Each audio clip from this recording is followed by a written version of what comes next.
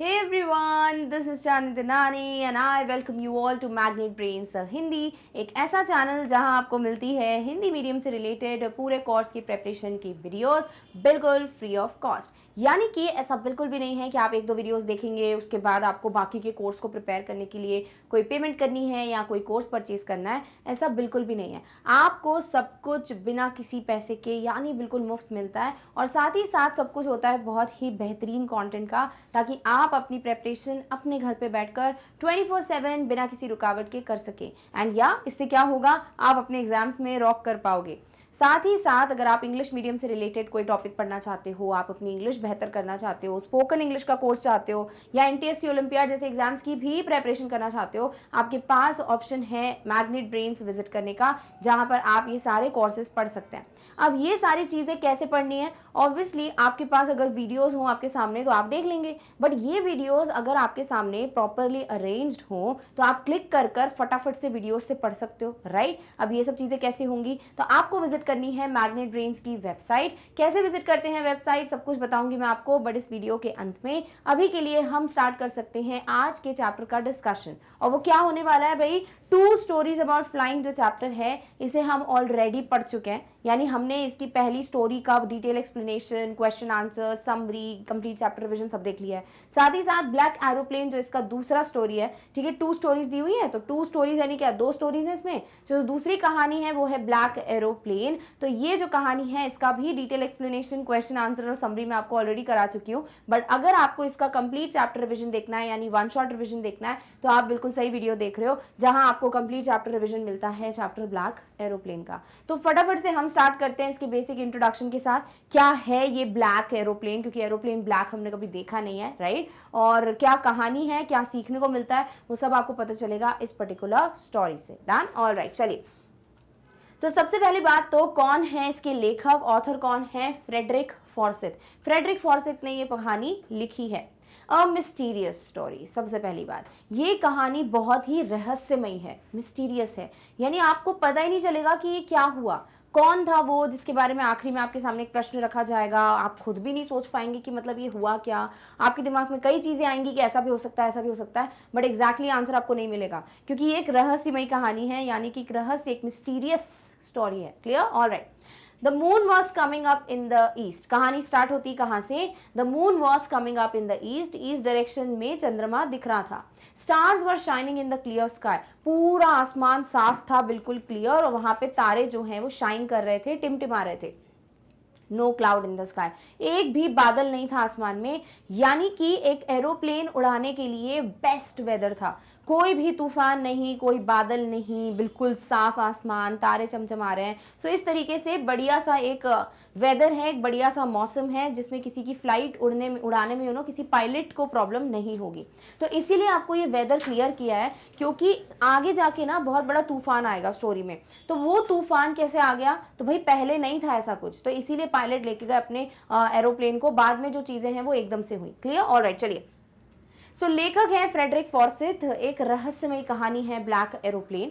चंद्रमा मेरे पीछे पूर्व की ओर आ रहा था, यानी जो पायलट हैं, जो नरेटर हैं, वही पायलट हैं, वही कथावाचक हैं, ठीक है। तो वो कह रहे हैं कि भैया मेरे पीछे पूर्व दिशा में कौन आ रहा था, चंद्रमा निकल के आ रहा था। साफ आसमान में तारे चमक रहे थे, बढ़िया क्लियर स्काई है, बिल्कुल कोई बारिश तूफान जैसी कोई बिल्कुल आशंका नहीं है कि ऐसा कुछ होगा, और बिल्कुल बढ़िया क्लियर आसमान है, तारे चमक रहे हैं। आसमान में कोई बादल नहीं था, इवन बादल भी नहीं थे कि भैया तूफान बारिश ऐसी कोई चीज आए, तो कुछ भी नहीं था, तो बढ़िया मौसम था, एक नंबर। नरेटर और पायलट क्यों लिखा है, ऐसे स्लैश का मतलब होता है या तो नरेटर या पायलट, यानी इस कहानी में पायलट भी वही है, कथावाचक या नरेटर भी वही है। Alone high above the sleeping country side, तो भैया जब वो ऊपर आसमान में है ना, तो रात का समय, रात के समय में सब बढ़िया सो रहे हैं, कोई नहीं है, कोई दूसरा एरोप्लेन नहीं आसपास, तो बिल्कुल अकेले हैं वो। कहां पर, उस पूरी जो दुनिया है उसके ऊपर आसमान में।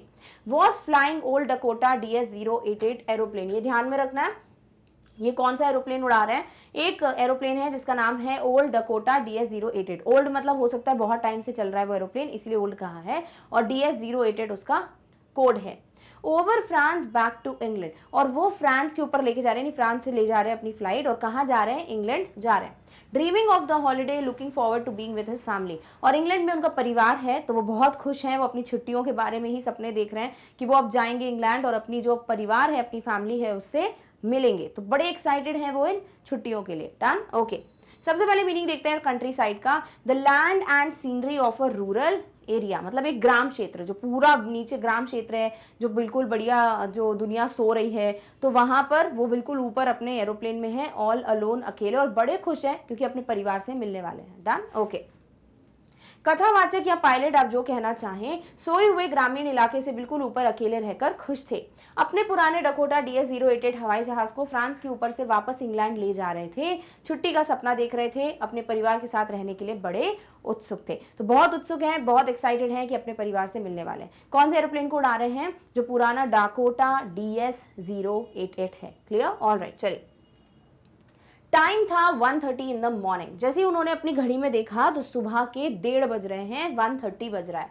Called Paris control voice over the from the radio answer. अब उन्होंने सोचा कि अब मुझे जो है पेरिस कंट्रोल को कॉल कर देना चाहिए कि भैया मैं उड़ रहा हूं, तो ऐसे इन्फॉर्म करना पड़ता है पायलट्स को।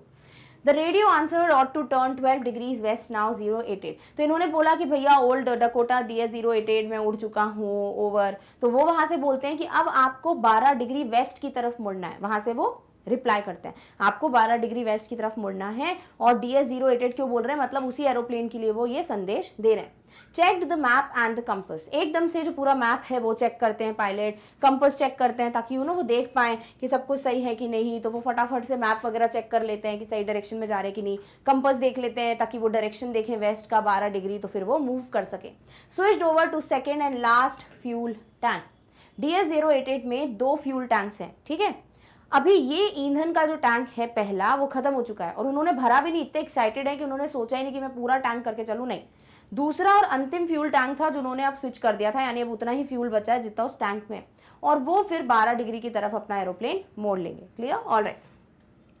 अपनी घड़ी की ओर देखा, सुबह के 1:30 बजे थे। रेडियो चालू किया और कहा पेरिस कंट्रोल डकोटा DS-088 यहाँ पर। तो उन्होंने जवाब दिया कि वहां से उत्तर आया, अब 12 डिग्री पश्चिम की तरफ आपको मुड़ना है DS-088। तो वहां से वो रिप्लाई करते हैं कि आपको कितने डायरेक्शन पे, 12 डिग्री वेस्ट की तरफ मूव करना है।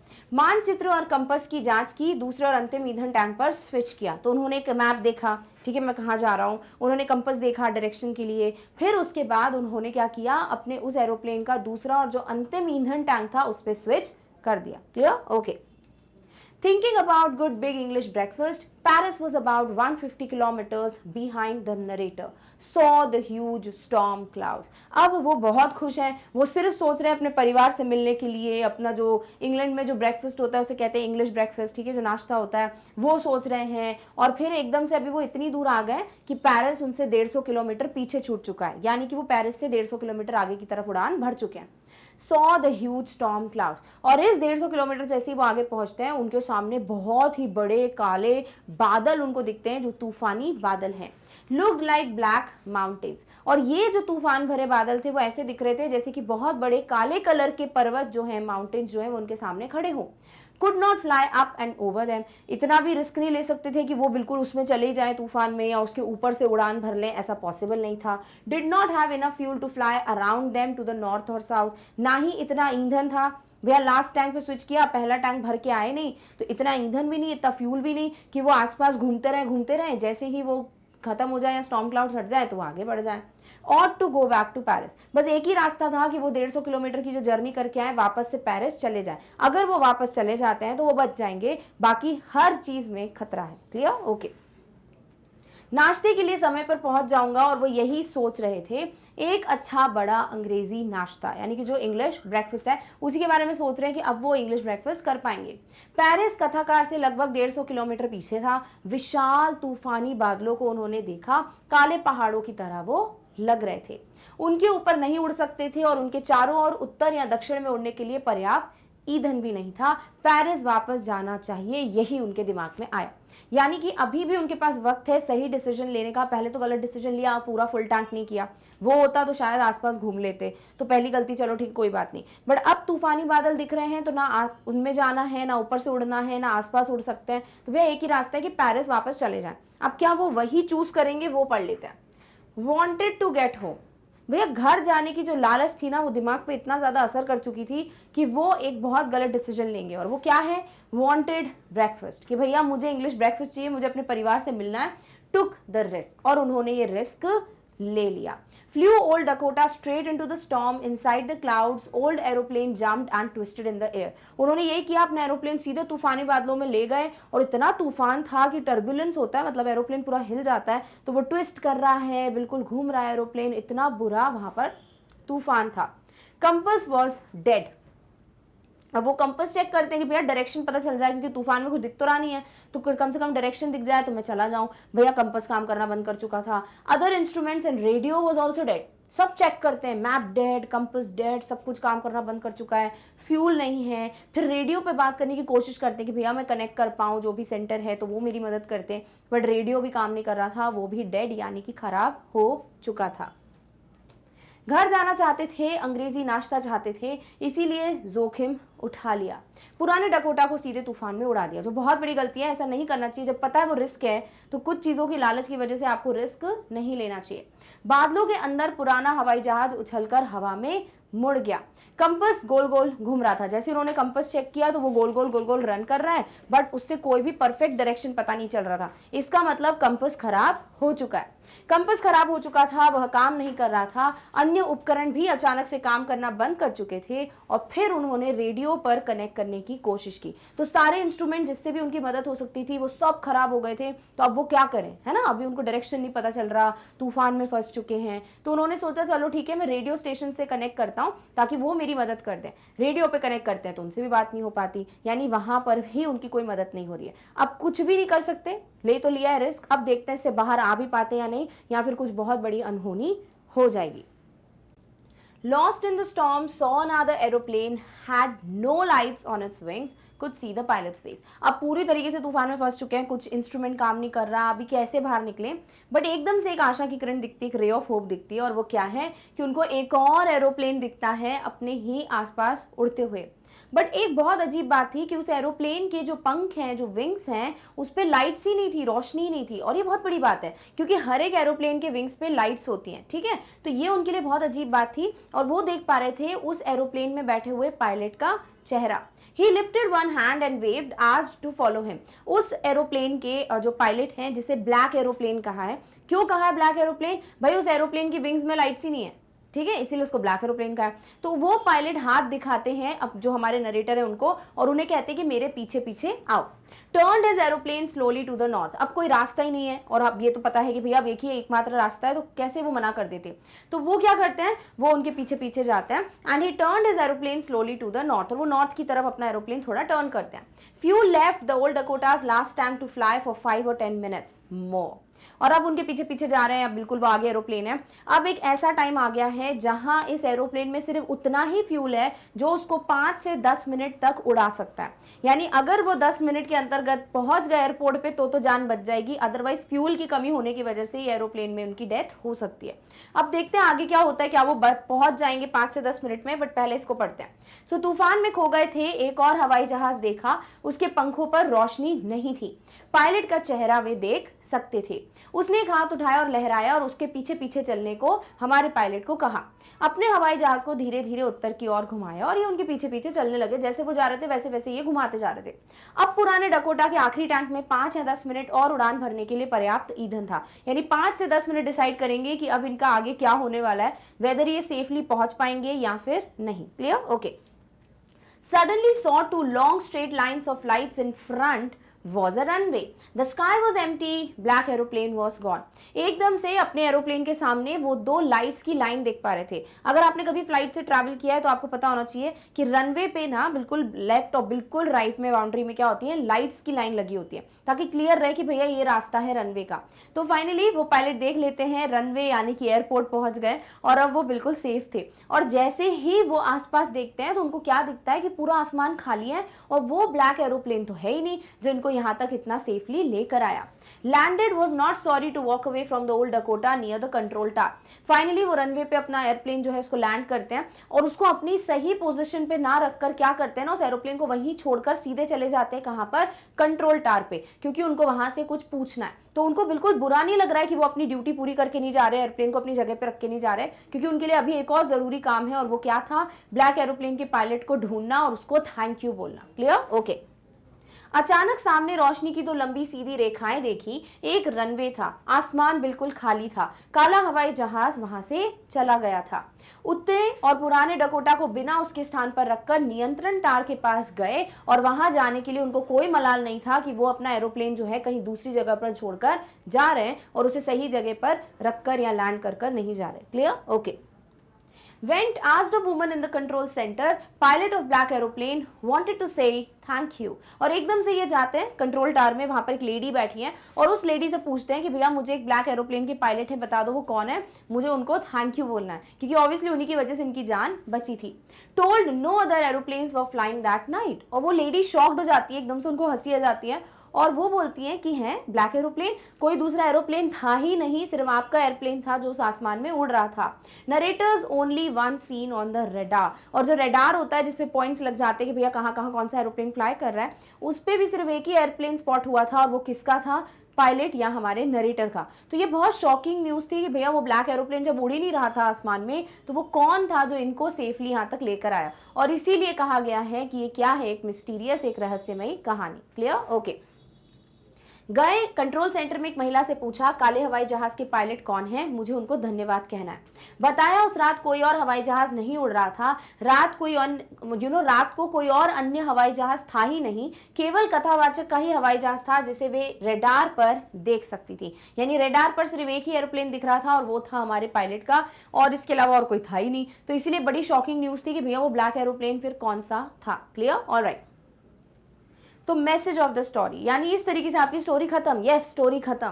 हमें जवाब दिया ही नहीं इस कहानी में कि वो ब्लैक एरोप्लेन कौन था, उसका पायलट कौन था, फिर कोई था ही नहीं, तो फिर कौन लेकर आया नरेटर को, सच में नरेटर फंस गए थे या क्या है। तो इस कहानी का जो जवाब है वो किसी को भी नहीं बताया गया है, ये आप पर छोड़ दिया गया है कि आप इस कहानी को किस तरीके से सोच सकते हो, और इसीलिए ये एक रहस्यमय, एक मिस्टीरियस स्टोरी है। क्लियर? और इस तरीके से आपकी कहानी तो खत्म होती है, बट कुछ तो सीखने को मिल रहा होगा। तो दो मैसेजेस हैं जो आप बहुत अच्छे से समझ सकते हो स्टोरी से। Number 1, we should not lose hope in life. कभी भी उम्मीद नहीं छोड़नी चाहिए। आप कभी भी किसी भी डिफिकल्ट सिचुएशन में पहुंच जाओ, लाइफ के किसी भी मुकाम पे पहुंच जाओ जहां आपको लग रहा है कि अब पता नहीं आगे क्या होगा या बहुत ज्यादा डिफिकल्ट सिचुएशन है, तो कभी ये नहीं बोलना है कि अब कुछ हो ही नहीं सकता। कुछ ना कुछ तो होगा, कोशिश करता हूँ कुछ ना कुछ ठीक जरूर कर सकते हैं, हर एक चीज का हल होता है। ऐसा अगर पॉइंट ऑफ व्यू रखोगे तो लाइफ में आगे बढ़ोगे, और सिर्फ ये सोचोगे कि अब तो कुछ हो ही नहीं सकता, सब बर्बाद हो गया, वैसा वैसा होप ही छोड़ दोगे, तो फिर गलत बात है। तो कभी उम्मीद नहीं छोड़नी चाहिए। ऐसे तूफानी स्थान पे, ऐसी तूफानी बादल में भी वो बिना इतने कम फ्यूल के, बिना नहीं मतलब बिना ज्यादा फ्यूल के या बहुत ही कम फ्यूल के जब नरेटर वापस आ गए वहां से, वो भी क्यों, क्योंकि एक उम्मीद की किरण उनको दिख गई थी। वैसे हमारी लाइफ में भी बहुत रे ऑफ होप्स हमको दिख सकती हैं, तो कभी उम्मीद नहीं छोड़नी चाहिए। Second is never risk others life for your benefit. Definitely कभी किसी की भी लाइफ रिस्क मत करो अपने बेनिफिट के लिए। उसी तरीके से जैसे नरेटर हैं, चलो अभी तो अकेले हैं, वैसे अगर कुछ होता, कोई पैसेंजर्स होते तो क्या करते। तो इस तरीके से कभी भी किसी की भी लाइफ को या खुद की लाइफ को भी रिस्क में नहीं डालना चाहिए, सिर्फ इसलिए क्योंकि आप अपना फायदा देख रहे हो या आपको किसी चीज की लालच है, क्योंकि आपको नहीं पता अगले पल क्या हो जाए। तो जो सही है वही करना चाहिए, लालच में आके हमेशा काम हम खराब कर देते हैं। डन? ओके, चलिए इसी को हिंदी में पढ़ते हैं। सो हमें जीवन में उम्मीद नहीं छोड़नी चाहिए, नंबर 1। नंबर 2, अपने फायदे के लिए कभी दूसरों की जान जोखिम में या खुद की जान भी जोखिम में नहीं डालनी चाहिए, because life is important. Done? So इस तरीके से चैप्टर खत्म हो गया, मैसेज बता दिया आपको। सो आई होप आपका कंप्लीट चैप्टर रिविजन हो गया है और ब्लैक एरोप्लेन में कोई भी डाउट नहीं है जो आपके माइंड में होगा। अब फटाफट से डिस्कस करते हैं अबाउट द वेबसाइट। देखिए, आप सारे वीडियोस को बहुत आसानी से वॉच कर सकते हैं बाय विजिटिंग द वेबसाइट। उसके लिए आप क्या कीजिए, गूगल पे जाइए, टाइप कीजिए magnetbrains.com। जैसी वेबसाइट ओपन करेंगे ये पर्टिकुलर पेज आपके सामने आएगा जहां आप सारे ऑप्शंस को चूज कर सकते हैं। जैसे आप सीबीएसई इंग्लिश मीडियम का अगर कोई टॉपिक पढ़ना चाहते हैं, क्लिक कीजिए, आप क्लास सिलेक्ट कीजिए, आप सब्जेक्ट्स देख लीजिए। आप हिंदी मीडियम का कोई टॉपिक देखना चाहते हैं, हिंदी मीडियम पे क्लिक कीजिए, वीडियोस देखिए। आप अगर स्पोकन इंग्लिश का कुछ देखना चाहते हो ताकि आप अपनी इंग्लिश को बेहतरीन कर सको, तो आप स्पोकन इंग्लिश पे क्लिक कर उसके वीडियोस देखिए ताकि आप अपनी इंग्लिश में फ्लुएंसी बढ़ा सकें। साथ ही साथ एनटीएससी ओलंपियाड जैसे कॉम्पिटेटिव एग्जाम्स की भी पढ़ाई आप मैग्नेट ब्रेन से कर सकते हैं। एंड येस, अगर आप यूपी बोर्ड को बिलोंग करते हो तो आप यूपी बोर्ड के सब्जेक्ट्स भी यहाँ से देख सकते हो। सपोज आपने डिसाइड किया कि मुझे देखना है भाई सीबीएसई हिंदी मीडियम का कोई वीडियो, आपने क्लिक किया, आपके सामने क्लासेस आई। अब वो क्लास सिलेक्ट करो जो आप पढ़ना चाहते हो। सपोज आप क्लास 10th को बिलोंग करते हो, आपने क्लिक किया, जैसे ही क्लिक करोगे आपके सामने क्लास 10th के सारे सब्जेक्ट्स आ जाएंगे। अब उस सब्जेक्ट पे क्लिक करो जिसका वीडियो देखना चाहते हो। फॉर एन एग्जाम्पल, आप फर्स्ट फ्लाइट का कोई टॉपिक देखना चाहते हो, क्लिक करो, आपके सामने सारे चैप्टर्स आएंगे, उस चैप्टर पे क्लिक करो जिसका वीडियो देखना है। Suppose from the diary of Anne Frank में पोएम अमांडा का वीडियो देखना चाहते हो, क्लिक करो, आप पोएम अमांडा का ऑप्शन आएगा, क्लिक करना, आपके सामने वीडियो का कंप्लीट चैप्टर रिवीजन प्ले होना हो जाएगा स्टार्ट। सो इस तरीके से आप बहुत ही आसानी से वीडियोस तक पहुंच सकते हैं। बस कुछ क्लिक्स करने हैं, कुछ सेकंड्स देने हैं और आपका कोई टाइम भी वेस्ट नहीं होगा और आप अपनी प्रेपरेशन, अपने नोट्स आसानी से बना सकते हैं। डन? ऑलराइट, चलिए। सो विद दिस हम आ चुके हैं आज के वीडियो के अंत में। आई होप आपको ये पूरा चैप्टर क्लियर हो गया है। साथ ही साथ इसका डिटेल एक्सप्लेनेशन ऑलरेडी वीडियो जो है वो चैनल पे अपलोडेड है, तो आप जाके वो भी चेक कर सकते हो। और क्वेश्चन आंसर्स भी करा दिए हैं, समरी भी करा दी है, तो कोई भी चीज़ नहीं है जो छूटी हुई है। सो इस तरीके से आई होप ब्लैक एरोप्लेन का कोई भी क्वेश्चन आएगा आप आसानी से उसका आंसर दे पाएंगे। सो हम आ चुके हैं आज के वीडियो के अंत में, बट हम बहुत जल्द मिलेंगे अगले वीडियो में अगले टॉपिक के साथ। तब तक खुद का सबका ध्यान रखिए। Thank you so much for watching. Bye.